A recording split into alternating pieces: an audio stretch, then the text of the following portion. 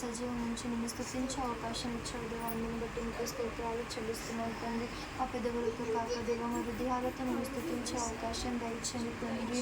నీకు వందనాలు స్తోత్రాలు చెల్లిస్తున్నాను దేవా. అందరికీ లేని భాగ్యం మాకు ఇచ్చావు దేవా. ఈ దినాన నిన్నటి దినాన దేవా ఎంతో ఈ సమయాలు ఎంతమంది మరణించి ఉన్నారేమో దేవా. మమ్మల్ని మీ కృపలో జ్ఞాపకం చేసుకొని praise the Lord, praise the Lord. అందరూ కూడా ప్రార్థన చేద్దాం దేవుడు సహాయం చేయాలన్న. సమయంలో దేవ ఎత్తబడి గుంపులు ప్రైజ్ ది లార్డ్. హల్లెలూయా, హల్లెలూయా. తండ్రి మమ్మల్ని జ్ఞాపకం చేసుకుని తండ్రి ప్రాయచిత్తమని హృదయాన్ని మాకు దయచేయండి దేవ. నూతన మనసును మాకు దయచేయండి తండ్రి.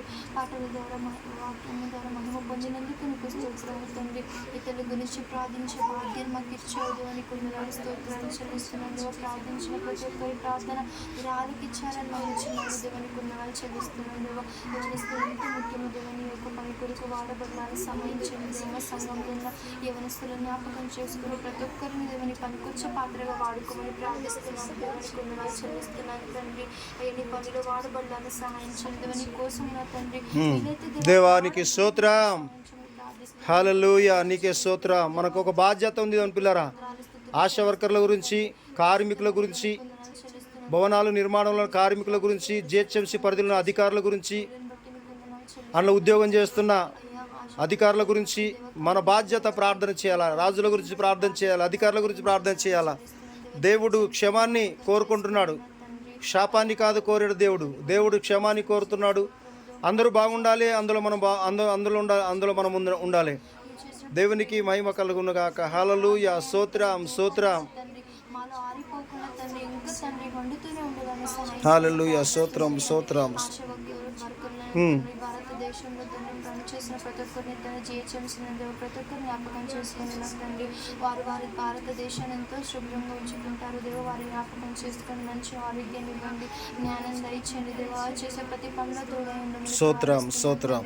వెళ్ళి వచ్చే మార్గంలో తోడై ఉండండి తండ్రి. క్షేమంగా వారి గృహానికి నడిపించమని ప్రార్థిస్తున్నాను. అవును నాయన, నీకు వందనాలు, వందనాలు ప్రభు, వందనాలు దేవ, వందనాలు ప్రభు.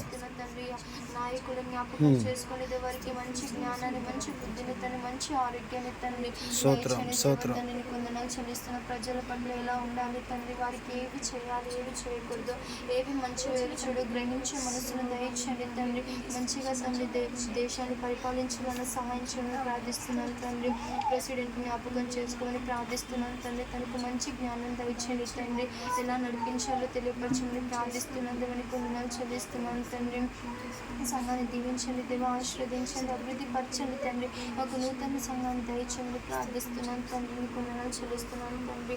అయ్యా 2 రోజులు ఉపవాస కోరికలు కంప్లీట్ అవుతున్నాయి తండ్రి. ఇంకా ముందు జ్ఞాపకం చేసుకొని మంచిగా నీకు మహిమకరంగా జరగడానికి సహాయం చేయమని ప్రార్థిస్తున్నాము నా తండ్రి. నీకు వందనాలు చెల్లిస్తున్నాను తండ్రి. అయ్యా అనారోగ్యంతో బాధపడుతున్న బిడ్డలు స్వస్థపరచండి నా తండ్రి. అయ్యా బాధల వేదన నిరాశలు నిస్పృహ స్థితిలో బిడ్డలకు సహాయం చేయండి తండ్రి. నీవే తల్లివై తండ్రివై ఆదరించమని ప్రార్థిస్తున్నాను దేవ. గర్భిణీ స్త్రీని జ్ఞాపకం చేసుకుని ఆమె డెలివరీ అవలను సాధించమని ప్రార్థిస్తున్నాను దేవ. మా కోసం నా తండ్రి మాకు ఆహారము దయచేస్తున్న తండ్రి. రైతులను జ్ఞాపకం చేసుకుని ప్రార్థిస్తున్నాను దేవ. అయ్యా ఆర్మీస్ జ్ఞాపకం చేసుకొని నా తండ్రి మా కోసం దేవ. భారతదేశాన్ని కాపాడడానికి మా కోసం ప్రాణాలు కూడా జ్ఞాపకం చేసుకోండి ప్రభు. వదిలేసిన తండ్రి, వారి పిల్లలు వదిలేసిన తండ్రి. కష్టపడుతున్న ఆర్మీస్ జ్ఞాపకం చేసుకుని వారికి మంచి ఆరోగ్యం దయచేయండి తండ్రి. నీతిగా నిజాయితీగా జీవించే కృపను దయచేయండి దేవ. రక్షణ లేని వీళ్ళకు రక్షణ దయచేయండి తండ్రి. అయ్యా రైతులను జ్ఞాపకం చేసుకుని దేవ. మంచిగా వర్షాలు పడాలని సహాయం చేయండి తండ్రి. వారి పంట పండులాగా సహాయం చేయండి తండ్రి. ప్రార్థిస్తున్నాను దేవ. నీకు వందనాలు చెల్లిస్తున్నాను తండ్రి. అయ్యా మంకీ పాక్స్ కదా దేవ. ఆ వైరస్ ద్వారా ఎవరైతే బాధపడుతున్నారో నా తండ్రి, ఆ వైరస్ నుంచి విడుదల కలిగించండి నా తండ్రి. ఇవన్నీ దేవని రాకడకు సూచన తండ్రి. అయ్యా జ్ఞానము కలిగిన వారు దేవ గ్రహించిన తండ్రి నేను హత్తుకొని జీవించే భాగ్యం దయచేయండి ప్రార్థిస్తున్నాను తండ్రి. ఎవరైతే ఆత్మీయ జీవితంలో బలహీనం అయిపోతున్నారో వారిని బలపరచమని